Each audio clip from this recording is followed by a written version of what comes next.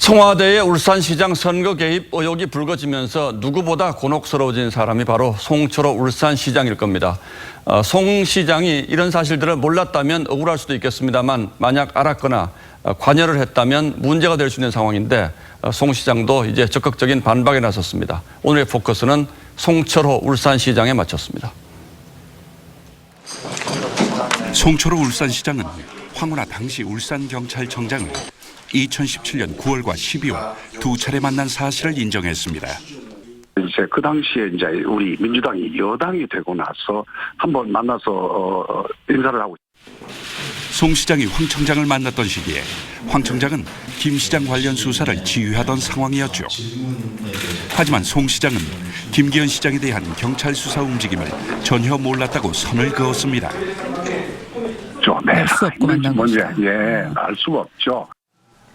당시 경찰은 전직 고위 공무원의 증언을 토대로 김 시장에 대한 압수수색을 한 것으로 알려졌습니다. 야당에서는 이 공무원을 송 시장 캠프에 있던 A씨로 의심하고 있습니다. A씨는 그 뒤 울산시 고위 공무원으로 임명됐습니다. 송 시장은 이런 의혹의 시초가 된 이른바 장어집 회동도 소설이라고 말했습니다. 소설 혹은 가짜뉴스입니다. 송 시장이 모든 의혹에 선을 긋고 있지만 김기현 전 시장은 송 시장의 공동 책임을 물으며 선거 무효 소송을 준비 중이지요.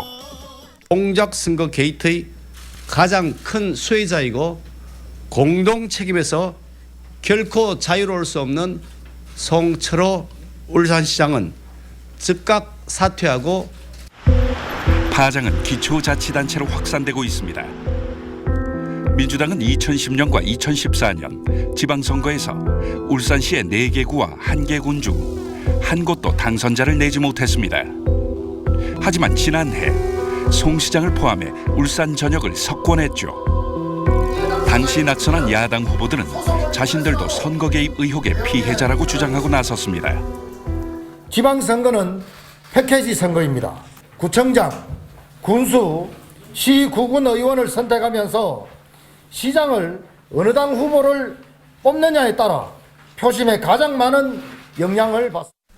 하지만 여당은 선거 결과를 받아들이라고 촉구합니다.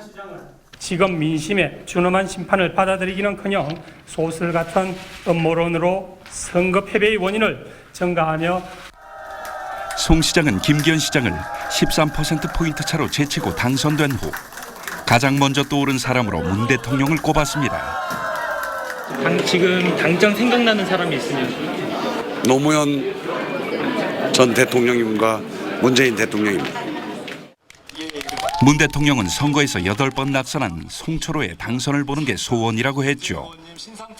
우리 송 후보님과는 지금 30년 됐는데요.